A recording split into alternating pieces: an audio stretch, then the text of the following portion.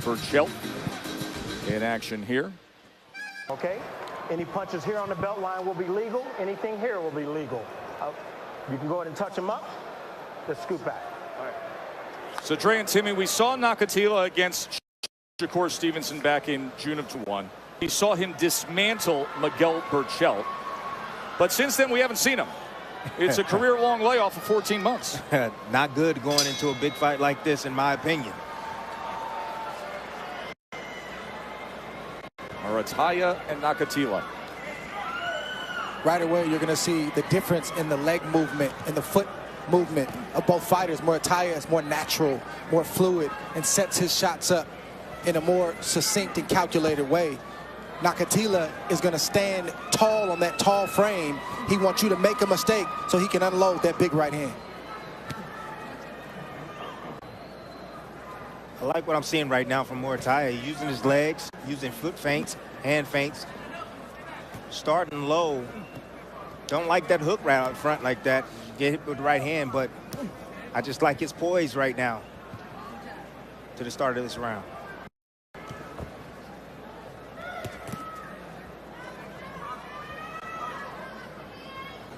Nakathila is strong. You know, and I'm sure Muratalla can feel those punches, but at the same time, Muratalla still has to find a way to gain respect and gain control of this round. So that way, Nakathila doesn't gain any confidence right away.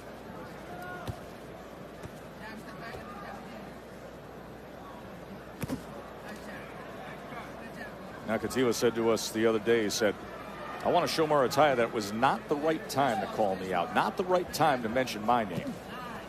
He took exception to that, for sure. Did.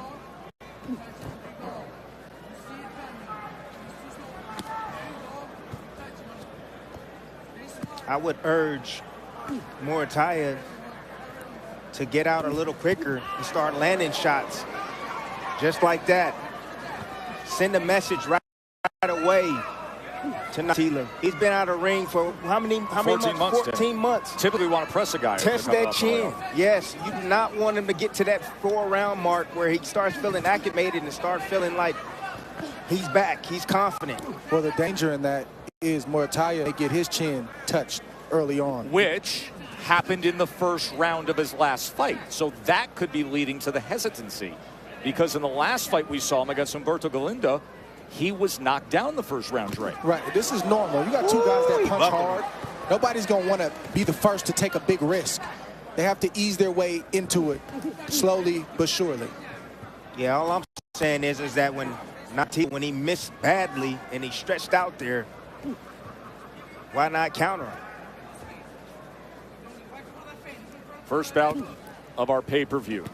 Muratalla and Nakathila, then we have Oscar Valdez-Lopez before we get to the undisputed fight. We showed you who our ace reporters are. We've settled to Timmy and Dre as we come to the end of the first round, and now an opportunity to visit with Max Kellerman and get Max's initial thoughts on Devin Haney and Vasily Lomachenko. Good evening, Max.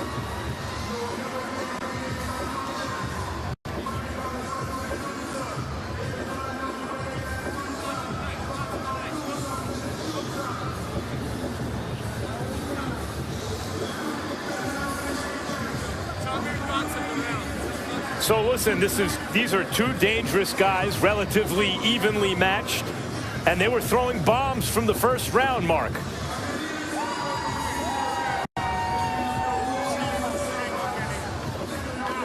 You think that anything changed yesterday? Because the bettors do. Well, in terms of Lomachenko and Haney, the bettors, I think, noticed, number one, the odds were too wide for Haney, and the value is on Lomachenko. That shove has some people thinking, when Haney shoved Lomachenko, maybe this is a moment that got the better of him, and that suggests something about his mental preparedness. Or it got the better of the bettors.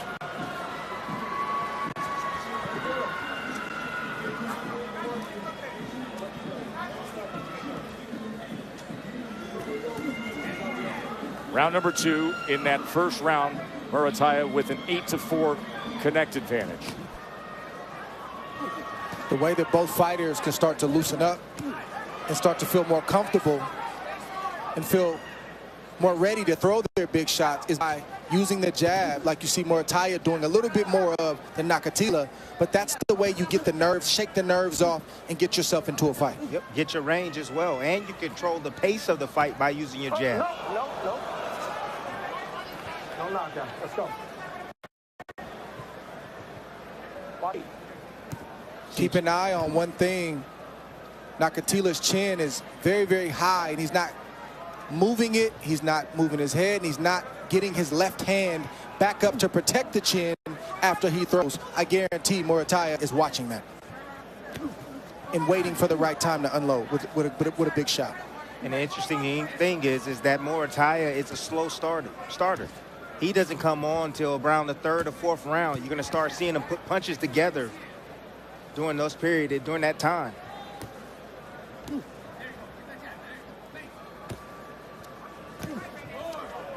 Good shot right there. That's the jab that I was talking about. Nice stab jab downstairs.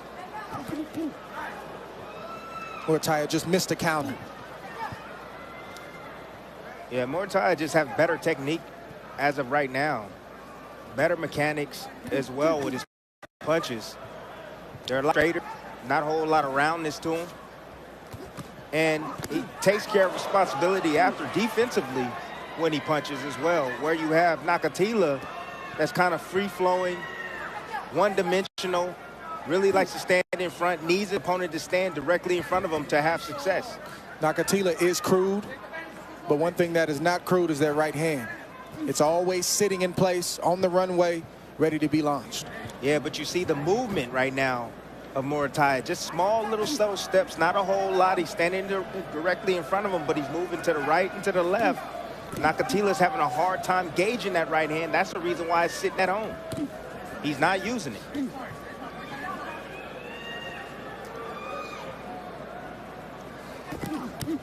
Ooh! Combination lands, right hand comes in. And another right hand comes in. And Muratalla is doing damage. And that turns it on at the end of round 2 and scores a TKO victory. Raymond Muratalla all of a sudden found some offense, never relented, and comes up with a big, big win.